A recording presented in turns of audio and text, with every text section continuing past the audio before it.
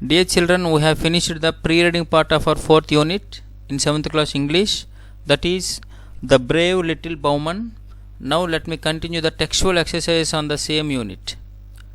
First, let me read the glossary. Crooked, this is an adjective which means bent or twisted out of shape. Earn a living, this is an idiom which means to earn money needed for food and clothing. Ditch, this is a noun which means a narrow channel dug at the side of the road or field to carry away water. Praise, this is a verb, express warm approval or admiration. Harsh, which means unkind or severe. Bowman, this is a noun which means an archer. Mounted, this is an adjective riding an animal, typically a horse. Warrior, this is a noun, a brave or experienced soldier or fighter. Skilled, this is an adjective having or showing the knowledge or ability. Panic, this is a noun, sudden uncontrollable fear or anxiety.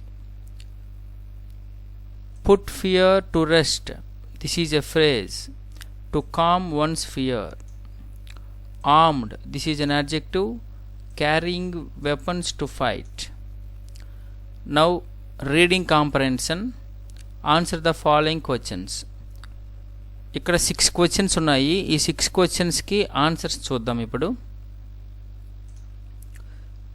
The first question, why didn't the little bowman go to the king and ask for a job in the army?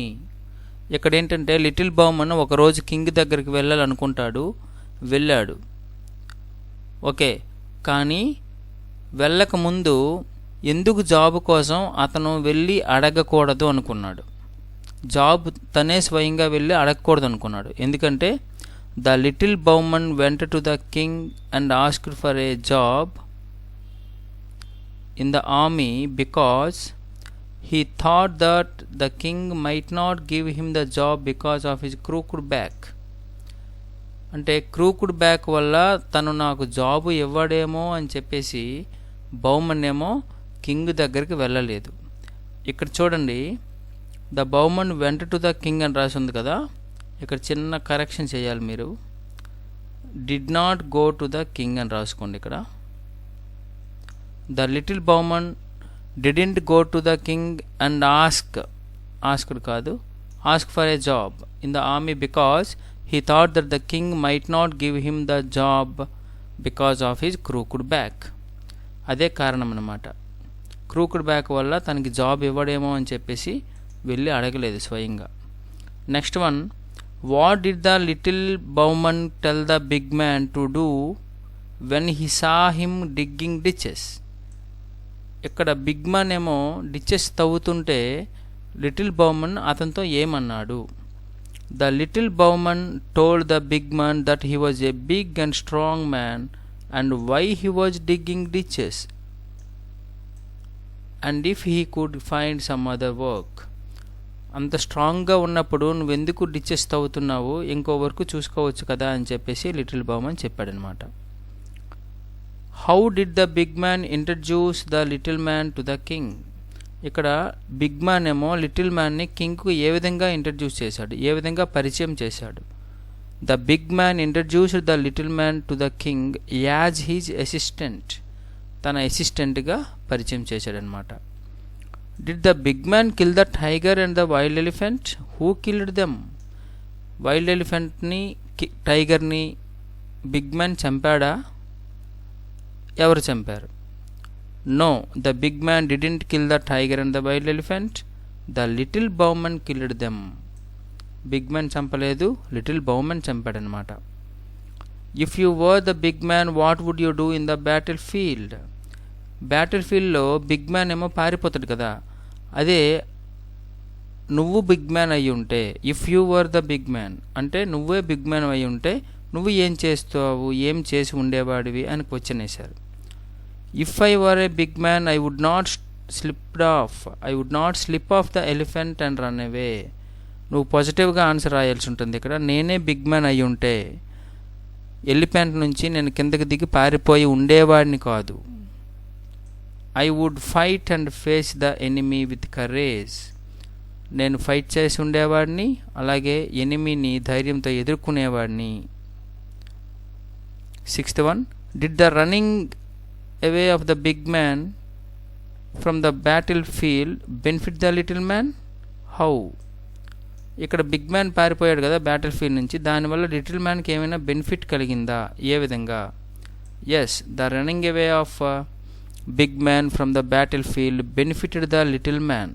Little మ్యాన్కి benefit అయింది.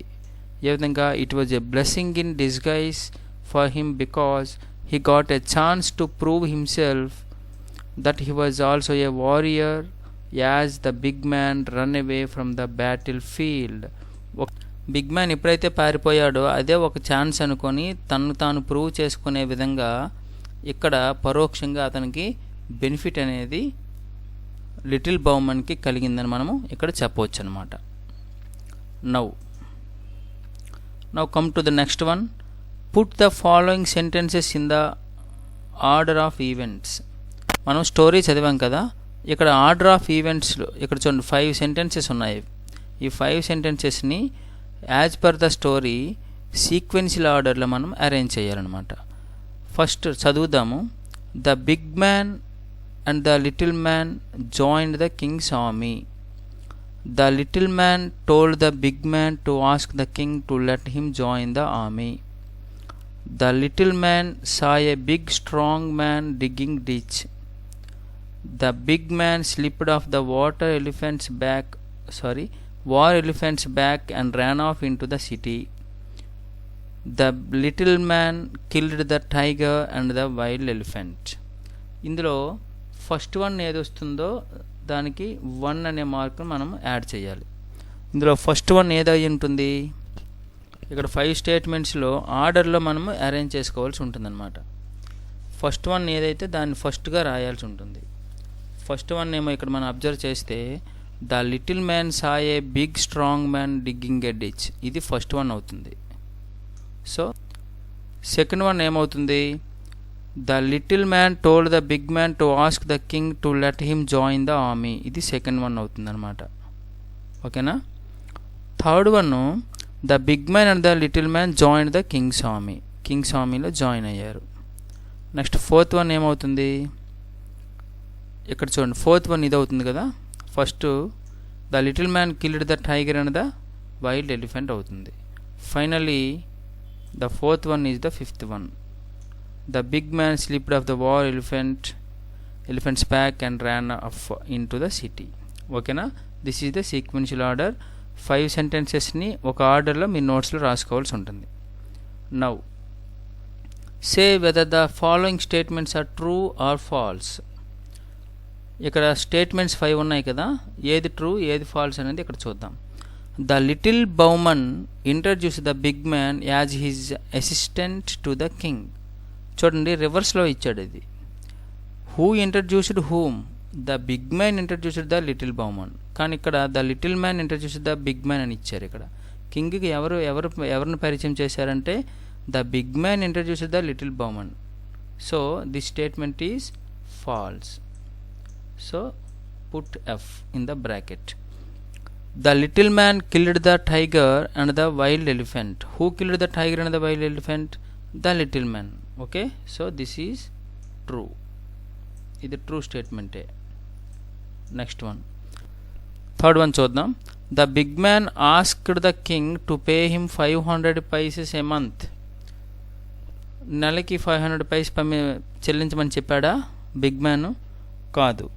The king offer to pay them 1000 silver coins a month, అది correct answer. So this is also a false one. This is false. The little bowman led the elephant into the battle and won the battle. ఎవరు lead చేశారు ఎలిఫెంట్ని? Little బౌమనే కదా. So this is also A true statement. Next one, the king made the little Bowman the chief of the army and gave him rich gift. Who made the little bowman the chief of the army? The king. ఇది true స్టేట్మెంటే కదా. ఫైనల్గా chief of the ఆర్మీగా king ఏమో little బౌమన్ని appoint చేశాడు. So ఈ 5 సెంటెన్సెస్లో first and third one are false, remaining are true. ఇక్కడ ఈ ఫాల్స్ స్టేట్మెంట్స్ని మనం ఇక్కడ రాయాల్సి ఉంటుంది కరెక్ట్గా. Correct the false statements and write them here అని ఇచ్చారు కదా. అక్కడ ఉన్నటువంటి ఆ 2 స్టేట్మెంట్స్ని మనము ఇక్కడ ఈ గ్యాప్లో ట్రూ స్టేట్మెంట్స్గా రాయాలి. ఎలా రాయాలో చూడండి, ఇక్కడ రాసి ఉంచాము. ఇవి కదా ట్రూ ఫాల్స్ని ఇక్కడ మెన్షన్ చేశాము. ఫస్ట్ వన్ ఏంటి? The little bowman introduce the big man as his assistant to the king కదా. దానికి కరెక్ట్ స్టేట్మెంట్ ఏది అంటే ఇది అవుతుందన్నమాట. ఇది correct one. The big man introduce the little bowman as his assistant to the king. So కరెక్ట్గా అది రాయాల్సి ఉంటుంది. ఇది కరెక్ట్ వన్ అనమాట. ఫస్ట్ వన్ రాంగ్ కాబట్టి కరెక్ట్ స్టేట్మెంట్ ఇదనమాట. నెక్స్ట్ వన్ థర్డ్ వన్ కూడా రాంగ్ అని చెప్పాం కదా. దాని కరెక్ట్ ఆన్సర్ ఏంటంటే the king offered to pay them 1000 silver coins a month. Correct statement ఇక్కడ మెన్షన్ చేసి రాయాల్సి ఉంటుంది. ఓకేనా. నెక్స్ట్ వన్ చూస్తే ఇక్కడ పజిల్ ఇచ్చారు, క్రాస్ వర్డ్ పజిల్ అంటాం. Across and down. అక్రాస్ అంటే ఇలాగా మనం అడ్డంగా చూడాలి, డౌన్ అంటే ఇక్కడ నిలువుగా చూడాలి ఇలాగా. ఓకేనా. ఇక్కడ హింట్స్ ఇచ్చారు చూడండి. ఎన్ ఆర్చర్, అక్రాస్. ఇక్కడ నెంబర్ 1 ఉంది చూడండి. ఎన్ ఆర్చర్ అంటే 1 దగ్గర అడ్డంగా రాయాల్సి ఉంటుంది, ఇలా రాయాల్సి ఉంటుంది. ఓకేనా. ఆర్చర్ని మనం ఏమని పిలవచ్చు? బౌమన్ అని పిలవచ్చు. ఇక్కడ చూడండి ఆన్సర్స్ చూపిస్తాను చూడండి. బౌమన్, ఇక్కడ బౌమన్ అని చూపించవచ్చు. ఓకేనా. నెక్స్ట్ వన్ ఇదేంటిది? Sudden uncontrollable fear or anxiety. Third one ఇది ఇక్కడ రాయాల్సి ఉంటుంది. దాన్ని మనం ప్యానిక్ అంటాం, PANIC. Next one unkind severe. Fifth one అడ్ అనమాట. ఫిఫ్త్ వన్ అక్రాస్లో చూస్తే దాన్ని మనం హార్ష్ అంటాం. అన్కైండ్కే సినానిమ్ ఏంటంటే హార్ష్. సిక్స్త్ వన్ చూడండి, హ్యావింగ్ నాలెడ్జ్ ఆర్ ఎబిలిటీ. దీన్నే మనము స్కిల్డ్ పర్సన్ అంటాం. Skilled, SKILLED, skilled. Next down చూస్తే బ్రేవ్ సోల్జర్. ఇది సెకండ్ వన్ కదా, ఇది సెకండ్ వన్. బ్రేవ్ సోల్జర్ని మనం వారియర్ అనొచ్చు, WARRIOR, warrior. Next one express warm approval or admiration. Express warm approval or అడ్మిరేషన్ని మనం ఏం చెప్పొచ్చు అంటే ప్రైజ్ అనొచ్చు. మనకి సినానిమ్స్లో ఉన్నాయి, గ్లాసరీలో ఈ మీనింగ్ ఉంది. Bent or twisted out of a shape. ఇది మనకు తెలిసిందే బాగా. Crooked, CROOKED, crooked. నెక్స్ట్ డౌన్లోనే a narrow channel dug at the side of the road or field. దీన్ని మనం 7th చూస్తే డిచ్ అంటాము. ఓకేనా. ఈ విధంగా మనము ఈ క్రాస్ వర్డ్ పజిల్ని ఫిల్ చేయాల్సి ఉంటుంది. Next one observe the how the past and past participle forms of the verbs are formed in set 1 and set 2. ఇక్కడ చూడండి, ఇక్కడ మోస్ట్ ఇంపార్టెంట్ టాపిక్ ఒకటి ఉంది. వీటిని ఏమంటామంటే వర్బ్ ఫార్మ్స్ అంటాం. Present tense, past tense and past participle of a base form. For example walk అని ఉంది, walk. This is called present tense. Second form of walk is walked. This is called past tense. Third form of walk is walked, again walked. This is called past participle.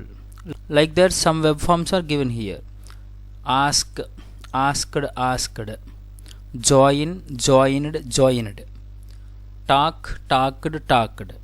Watch, watched, watched. Here also take, took, taken.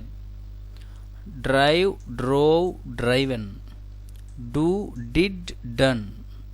Fly, flew, flown. Give, gave, given. ఇక్కడ చూడండి set 1 and set 2 అని చెప్పేసి divide చేశారు. What's the difference between set 1 and set 2? What have you observed between these 2 sets? If you observe the set 1, the base forms past tense and past participle are equal. That to మనము D or ED add అయించండి ప్రతి దగ్గర కూడా. D or ఈడి.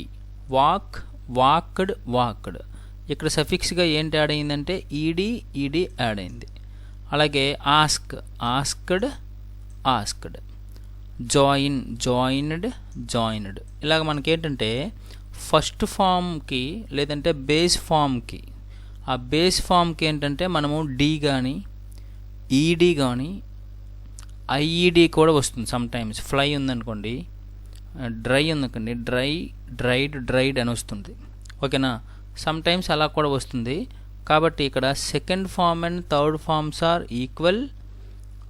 That to the suffixes are D, ED or IED.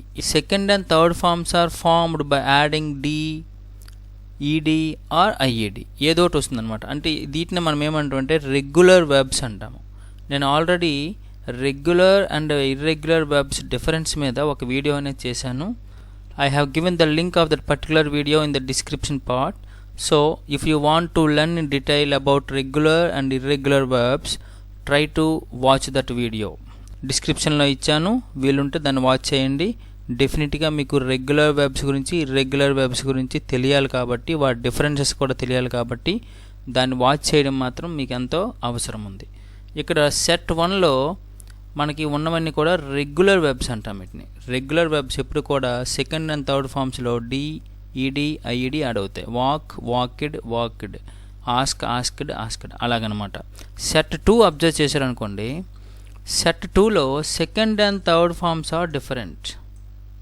చూడండి, take, took, taken. Drive, drove, driven. Do, did, done. Sometimes equal ఉండొచ్చు, కానీ D, ED, IED అనేవి ఉండవన్నమాట. Do, did, done. Fly, flew, flown. Give, gave, given. These kinds of verbs are called irregular verbs. ఇక్కడ మనం ఏంటంటే లెసన్లో so many చూసాం verbs. అందులో చూడండి, ఇక్కడ డిస్క్రిప్షన్ ఇచ్చారు. Set 1 are called regular verbs. The verbs in set 2 are called irregular verbs. Pick out the verbs from the lesson. Write the verb 2 and verb 3. Verb 2 is called past tense. Verb 3 is called past participle forms and place them under proper headings. ఇక్కడ మనం లెసన్లో so many verbs చూసాం కదా, ఆ verbs అనేవి first మనం identify చేయాల్సింది whether it is regular verb or irregular verb. Regular verb అయితే past and past participle forms ఎలా యాడ్ చేయాలి, ఎలా ఫామ్ చేయాలి, ఇర్రెగ్యులర్ వెబ్స్ అయితే ఎలా ఫామ్ చేయాలి అనేది మీరు వీడియో చూసిన తర్వాత లెసన్లోకి వెళ్ళి లెసన్లో ఉన్నటువంటి కొన్ని వర్బ్స్ని పికౌట్ చేసి చేయాలి. చూద్దాం. నేను అబ్జర్వ్ చేసినటువంటి కొన్ని వర్బ్స్ ఇక్కడ ఇస్తున్నాను, చూడండి. మన లెసన్లో wish, wished, wished. Slip, slipped, slipped. Enter, entered, entered. Pull, pulled, pulled. ఇక్కడ 4 బాక్సెస్ ఇచ్చాడు కాబట్టి 4 రాసాము. ఇంకా సో మెనీ ఉన్నాయి, వీలుంటే మీరు నోట్స్లో రాయడానికి ట్రై చేయండి. ఇక్కడ ఇర్రెగ్యులర్ వెబ్స్ చూడండి. Know, knew, known. Come, came, come. Get, got, got. Hang, hung, hung. మీరు ఎక్కువగా ఇర్రెగ్యులర్ వెబ్స్ మీద ఫోకస్ చేయాల్సి ఉంటుంది, ఎందుకంటే second and third forms are different from the base form. But it's very easy to learn the 3 forms of regular verbs. Regular verbs తాలూకు 3 forms నేర్చడం చాలా simple. దీని గురించి వరి అవ్వాల్సిన పని లేదు. బట్ ఇర్రెగ్యులర్ వెబ్స్ మాత్రం మీరు కొంచెం ఫోకస్ చేయాల్సి ఉంటుంది. ఓకేనా. Next one, find the antonyms or opposites for the given words from the reading text. These are the words which we have found in the reading text. The brave little bowman. అందులో ఉన్నవే ఇచ్చారు, దీనికి antonyms రాయాల్సి ఉంటుంది. యాంటోనిమ్స్నే మనం opposite words అని కూడా అంటాము. ఫస్ట్ వన్ ఏమి ఇచ్చారు, అనామ్డ్ అని ఇచ్చారు. అనామ్డ్కి ఆపోజిట్ వర్డ్ ఆమ్డ్ అని రాయాలి. ARMED, ఆమ్డ్. ఆమ్డ్ అంటే మనం చెప్పుకున్నాం కదా, having weapons in the battle field, that is called armed. Foolish opposite word ఏటవుతుంది, క్లవర్. CLEVER క్లవర్ అని రాస్తారు దీనికి. ఓకేనా. Unskilled skilled, no doubt at all. Unskilled skilled. Relaxed, రిలాక్స్డ్కి ఆపోజిట్ వర్డ్ ఏంటి రాస్తాము? ప్యానిక్డ్ అని రాయాలి. PANICKED, panicked. ఓకేనా. నెక్స్ట్ వన్ ఎగ్జాస్టెడ్ అని కూడా రాయొచ్చు, అలసిపోవడం అన్నమాట. టైర్డ్ అని కూడా రాయొచ్చు రిలాక్స్డ్కి. ఓకేనా. కోవార్డ్, కోవార్డ్, కోవార్డ్ అంటే పిరిగివాడు కదా, దాని మీనింగ్ టిమిడ్ అవుతుంది. మీనింగ్ అయితే టిమిడ్ అవుతుంది. మరి ఆపోజిట్ వర్డ్ ఏంటవుతుంది? కరేజియస్. కరేజియస్ అనేది ఆపోజిట్ వర్డ్ అవుతుంది. సెపరేట్, సెపరేట్ అంటే తెలుసు కదా, విడదీయడం అంటాం, డివైడ్ అనమాట. అంటే జాయిన్, JOIN, జాయిన్ అంటే కనెక్ట్ అనమాట. జెంటిల్ అంటే వెరీ సాఫ్ట్ అని అర్థం. దానికి మీనింగ్ ఏంటవుతుందంటే, దాని ఆపోజిట్ వర్డ్ ఏమవుతుందంటే harsh. Gentle, harsh or cruel అని కూడా రాసుకోవచ్చు opposite word. HARSH, harsh.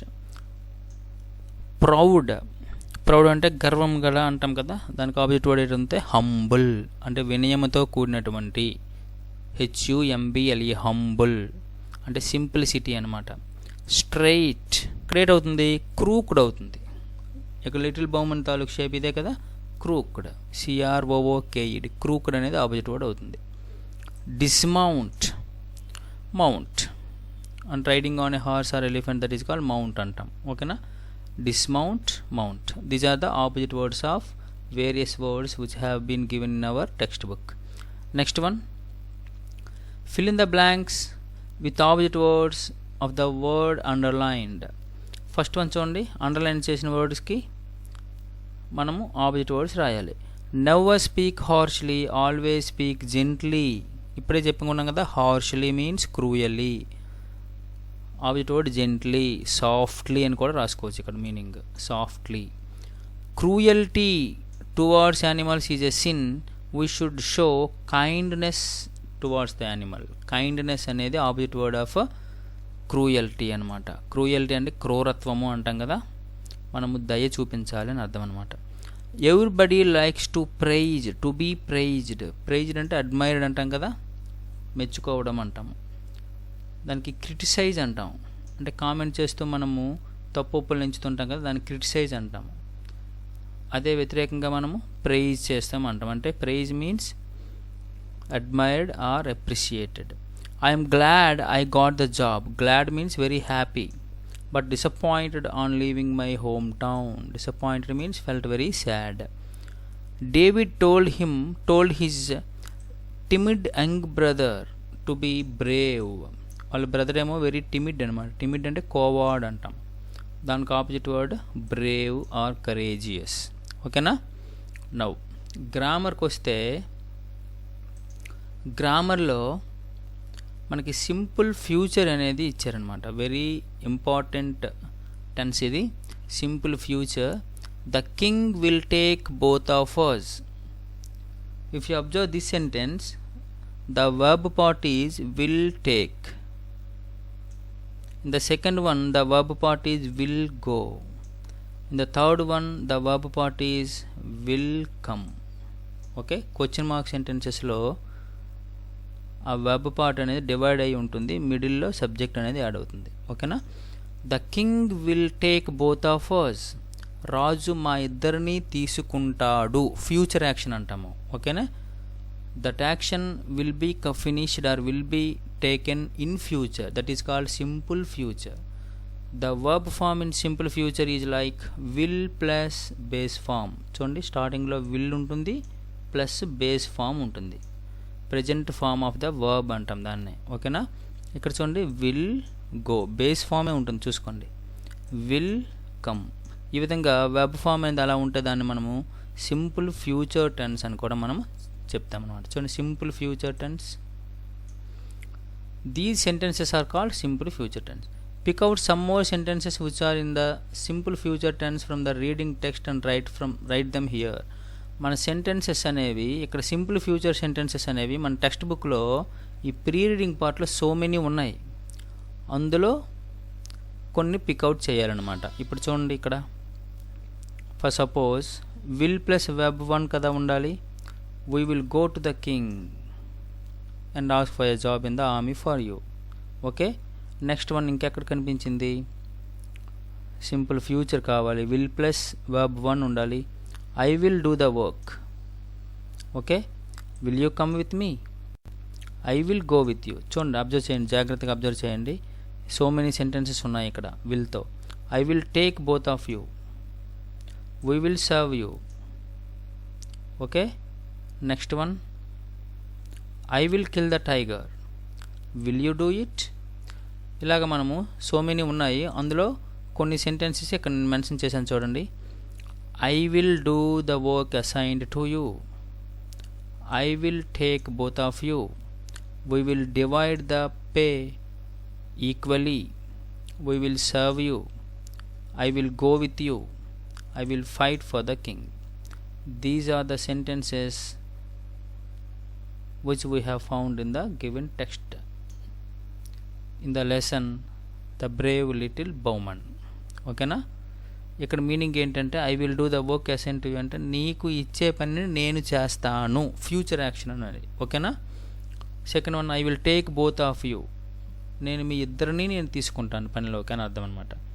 Third one చూడండి, we will divide the pay equally. ఇద్దరము ఇచ్చే ఆ పేని, మనీని డివైడ్ చేసుకుందాము, అది ఫ్యూచర్ యాక్షన్ అనమాట. ఆ విధంగా చెప్పాలి. We will serve you. మేము మీకు సేవ చేస్తాము, future action. I will go with you. నేను నీతో వస్తాను. I will fight for the king. రాజు కోసం నేను యుద్ధం చేస్తాను, అలాగనమాట. ఓకేనా? This kind of sentence is called simple future sentences. Okay, now ఈ సింపుల్ ఫ్యూచర్ టెన్స్ యూజ్ చేసి ఇక్కడ బ్లాంక్స్ని ఫిల్ చేయాల్సి ఉంటుంది. Hello, I am Karim.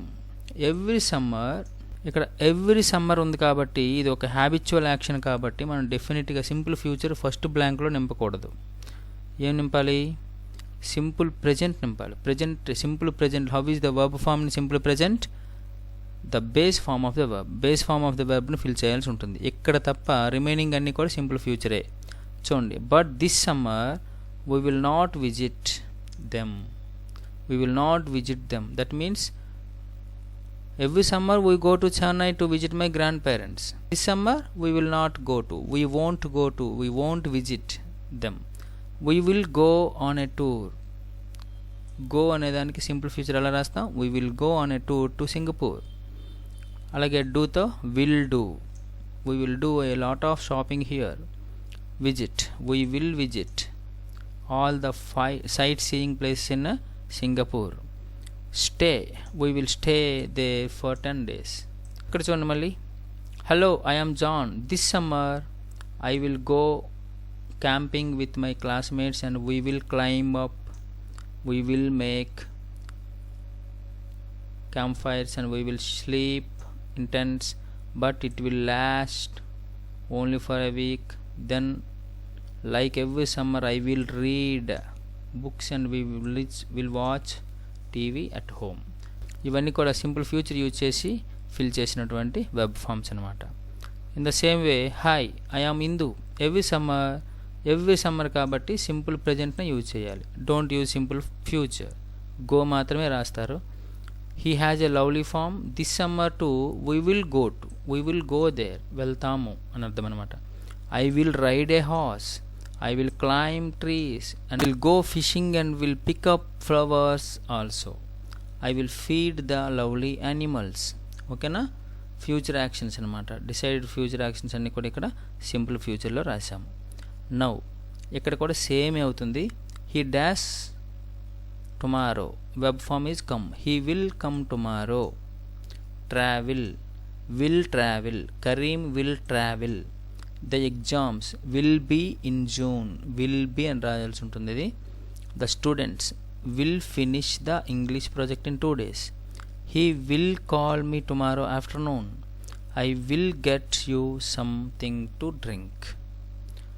I will get you something to drink. Okay, these are all the sentences in simple future. Okay, now write negative sentences for the given positive sentences. This is positive sentence. For suppose, they will go for shopping on Saturday. దాని negative sentence ఏటవుతుంది, not అనేది add చేస్తారు. చూడండి, will go అనే simple future verb ఉంది కదా, ఈ రెండింటికి మధ్యలో నాట్ యాడ్ చేస్తే నెగిటివ్ అయిపోతుంది. Very simple. They will not go shopping for Saturday. Same చూడండి, my mother will assign work to me. మరి నెగిటివ్ సెంటెన్స్ ఏటవుతుంది, my mother will not assign work to me. Next one, he will get the job. He will not get the job. ఇక్కడ చూడండి, answers కావాలన్నా ఇక్కడ ఇచ్చాము. He will not get the job. We shall by another house.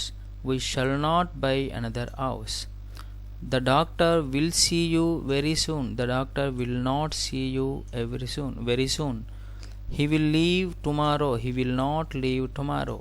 చూడండి, ఇక్కడ ఇవన్నీ కూడా will or shall వచ్చి వెబ్ 1 ఉంది.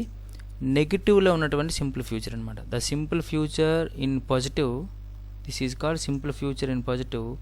This is simple future in negative. ఓకేనా, నెగిటివ్లో కూడా చెప్పుకోవచ్చు. ఇక్కడ చూస్తే, ఇక్కడ చూడండి, ఎస్ఆర్ నో క్వశ్చన్ ప్రిపేర్ చేయడం ఇచ్చారు. How to prepare yes or no question. This is called statement. She is learning classical dance. ఇక్కడ హెల్పింగ్ వెర్బ్ని మీరు ఐడెంటిఫై చేయాల్సి ఉంటుంది. First before writing yes or no question to a statement, the procedure is first to identify the helping verbs. Is, were, will, can, should. These are called helping verbs. ఆ పక్కనే ఉన్నదాన్ని main verb అంటాం. Learning, playing, finish, enjoy, write. Okay, ఈ విధంగా statement ఉంటుంది. స్టేట్మెంట్లో helping వర్బ్కి పక్కనే main verb ఉంటుంది. ఓకేనా. క్వశ్చన్ ఫామ్ చేసేటప్పుడు ఏం చేయాలి అంటే, ఆ హెల్పింగ్ వర్బ్ని బిగినింగ్లో రాస్తే అది క్వశ్చన్ అయిపోతుంది. ఎస్ఆర్ నో క్వశ్చన్ అంటాం. Yes or no question. So is she learning classical dance. Don't forget to put question mark in the end. Question prepare చేసాం మనం, ఎస్ఆర్ నో క్వశ్చన్ అంటాం దాన్నే. ఎస్ఆర్ నో క్వశ్చన్ ప్రిపేర్ చేసేటప్పుడు అక్కడ ఉన్నటువంటి helping వెబ్ని first ప్లేస్లో రాస్తే సరిపోతుంది, ఎండింగ్లో క్వశ్చన్ మార్క్ పెడితే సరిపోతుంది. సో సెకండ్ వన్, ఈ హెల్పింగ్ వెబ్ ఏది, వర్ కదా. Were they playing chess. Were they playing chess. ఓకేనా. ఎస్ఆర్ నో క్వశ్చన్ని ఆ విధంగా అడగాలన్నమాట. మనం ఎక్స్ప్రెస్ చేసేటప్పుడు కూడా క్వశ్చన్ లాగే ఎక్స్ప్రెస్ చేయాలి. అలాగే ఇందులో ఉన్నటువంటి హెల్పింగ్ వెబ్ ఏది, విల్ కదా. దాన్ని తీసుకొచ్చి ఫ్రంట్ పొజిషన్లో ఉంచుతాం. Will he finish the project in time. Will he finish the project in time, question mark. We can enjoy the movie. Can we enjoy the movie. I should write the examination. Should I write the examination? I think you understood how to change a statement into an SR no question. SR no question గా ఎలా change చేయాలో మీకు అర్థమైందని అనుకుంటున్నాను. ఓకేనా. Now ఇక్కడ కొన్ని sentences ఇచ్చారు, వాటికి మనం SR no questions ప్రిపేర్ చేద్దాం. చూడండి. Now frame questions to the given statements. One is done for you. The first one is given for us. He was a skilled archer. What is the helping verb here? Was. So put that helping verb in the beginning. So was he a skilled archer? Okay. Now the king will take both of you. Where is the helping verb? Will. So write that helping verb in the beginning. Will the king take both of them? Question mark. చూడండి, will the king take both of them? This is the answer. I am not a skilled warrior. ఇందులో helping verb ఏది, am. So write that am in the beginning. So am I not a skilled warrior. Don't forget to put a question mark when you change that statement into an yes or no question. క్వశ్చన్ మార్క్ని పెట్టడం మాత్రం మర్చిపోవద్దు. She is preparing dinner for us. Here is the helping verb. So బిగినింగ్లో రాసుకుంటాం అది. Is she preparing dinner for us. Next one, the little girl can tell the names of all Indian presidents. Can, that is helping verb. Can the little girl tell the names of all Indian presidents. My friends are going on an excursion. Are my friends going on an excursion? They were building a house. Were they building a house by this time last year? I should attend the meeting. Should I attend the meeting? We shall take up the challenge. Shall we take up the challenge? The Prime Minister has declared the lockdown. Has the Prime Minister declared the lockdown? This is the procedure to change a statement into an SR question. SR question ఎలా change చేయాలో అర్థమైంది కదా. ఈ sentences అన్ని observe చేస్తే డెఫినెట్గా helping verb అనేది ప్రతి సెంటెన్స్లోనూ ఉంది. సమ్ టైమ్స్ హెల్పింగ్ వెర్బ్ ఉండదు. ఇక్కడ అబ్జర్వ్ చేయండి అమ్మా. Birds fly in the air. There is no helping verb in the sentence. Only the main verb is there in the sentence. Okay, ఇక్కడ కూడా ఓన్లీ మెయిన్ వెర్బ్ ఉంది. ఇక్కడ కూడా only main verb ఉంది. అలాంటప్పుడు ఎస్ఆర్ క్వశ్చన్ అలా prepare చేయాలి. అలాంటప్పుడు మీరు అబ్జర్వ్ చేయాల్సింది ఏంటంటే హెల్పింగ్ వెర్బ్ లేనప్పుడు డెఫినెట్గా ఆ మెయిన్ వెర్బ్ ఉంటుంది చూడండి, అది వెర్బ్ 1 కానీ వెర్బ్ 2 కానీ అయి ఉంటుంది. ఇక్కడ చూడండి fly, fly this is called fly కదా. ఫ్లై అనేది verb 1 verb 2. Fly, flu, flown కదా, అది వర్బ్ 1. వర్బ్ 1 అయ్యేటప్పుడు దానికి ఎస్ఆర్ క్వశ్చన్ రాసేటప్పుడు బిగినింగ్లో డూ పెడితే సరిపోతుంది అనమాట. ఓకేనా. Do birds fly in the air? చూడండి ఆన్సర్. అంటే ఇక్కడ ఏంటి మీరు అబ్జర్వ్ చేశారు, ఎస్ఆర్ నో క్వశ్చన్స్ ప్రిపేర్ చేసేటప్పుడు హెల్పింగ్ వెర్బ్ లేకపోతే మీరు ఆ స్టేట్మెంట్ని ఎస్ఆర్ నో క్వశ్చన్లో రాసేటప్పుడు డూ, డజ్, డిడ్ని యూజ్ చేయాలి. ఈ 3 హెల్పింగ్ వెర్బ్స్ని మీరు యూజ్ చేయాల్సి ఉంటుంది. డూ, డజ్ని ఏంటంటే వెబ్ 1కి యూజ్ చేస్తాము, డిడ్నేమో వెబ్ 2కి యూజ్ చేస్తాము. సమ్ టైమ్స్ ఆ వెబ్ 1కి ఎస్ ఉంటుంది, అలాంటప్పుడేమో డజ్ యూజ్ చేయాలన్నమాట. గివ్స్, గివ్ అని ఉంటే డూ యూజ్ చేస్తాం, గివ్స్ అని ఉంటే డజ్ యూజ్ చేస్తాం. కానీ మళ్ళీ గివ్స్ అని రాయకూడదు. ఓకేనా. Does a cow give us milk? It's only got, this is called second form. Get, got, got. So write the yes or no question with did. Did he get top rank in the examination? చూడండి మరోసారి explain చేస్తాను చూడండి. Verb 1 అనేది sometimes with s and without s ఉండొచ్చు. Fly అనేది verb 1 కానీ ఇక్కడ చివరి ఎస్ లేదు కదా, కాబట్టి ఎస్ఆర్ నా క్వశ్చన్ని డూతో రాస్తాం. ఒకవేళ ఎస్ ఉందనుకోండి డజ్తో రాస్తాం. ఆ డజ్తో రాసేటప్పుడు మాత్రం ఇక్కడ ఎస్ మరి చేర్చకూడదు. ఓకేనా. నెక్స్ట్ వన్ వెర్బ్ 2 ఉంటే డైరెక్ట్గా డిడ్తో రాస్తాము. డిడ్తో రాసేటప్పుడు మళ్ళీ ఇది వెబ్ 1లోనే రాయాలి. Get. Don't write did he got top rank. Got అని మరి తిరిగి రాయకూడదు, గెట్ అని రాయాల్సి ఉంటుంది. ఓకేనా. నౌ మరి కొన్ని రాద్దాం చూడండి. The rainbow appears in the sky. Appears this is verb 1 with s, ఎస్తో ఉంది కదా. So write the sentence yes or నాకు వచ్చిన విత్ డస్. డస్ బిగినింగ్లో డస్ రాస్తాం అనమాట, హెల్పింగ్ వర్బ్ లేదు కాబట్టి. Does the rainbow appear in the sky. Don't write s here, appear. The sun rises in the east. వే sentence where is the verb? Rises. This is verb 1 with s. Web 1 కానీ ఎస్తో ఉంది కాబట్టి డస్తో start చేయాలి. Does the sun rise in the east. Don't write rises. The trees give us fruits. Give is in verb 1. Give, gave, given కదా, verb 1 ఇది. So write the sentence with do. Do trees give us fruits? Next one, he wrote a novel. Here the verb is wrote. Wrote is in second form. So write the sentence with did. Did తో రాయాలి. Sir నాకు వచ్చాను. Did he write? Did he write a novel? ఇక్కడ verb 1 మళ్ళీ తిరిగి రాయాల్సి ఉంటుంది. ఇవి కొంచెం ప్రాక్టీస్ చేయాల్సి ఉంటుంది. She sang a song on the dais. Here the verb is sang. Sing, sang, sung. So this is in second form. So write the asana question with did. Did she sing? Again sing వస్తుంది. Did she sing a song on the dais? చూడండి కేర్ఫుల్గా ఇది observe చేయాల్సి ఉంటుంది. Helping verb ఉంటే very easy. చూడండి ఇక్కడ helping verb ఉన్నాయి ఇందులో, కాబట్టి ఎస్ఆర్ క్వశ్చన్ ప్రిపేర్ చేయడం పెద్ద డిఫికల్టీ ఏం కాదు. ఇక్కడ చూడండి హెల్పింగ్ వెర్బ్ లేనప్పుడు మాత్రం మీరు 3 వర్బ్స్ యూజ్ చేయాల్సి ఉంటుంది. Do, does, did. అది గుర్తుపెట్టుకోండి. ఓకేనా.